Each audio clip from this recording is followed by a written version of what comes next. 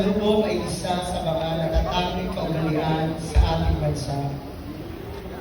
Ngunit para sa mga mananampalataya, hindi lamang ito isang kaugalian, kundi isang pagpapahayag ng katotohanan ng ating pananampalataya na si Kristo dumanas ng sakit at kamatayan ay ating ngayong ipinagdarasal ang kanyang muling pagkabuhay.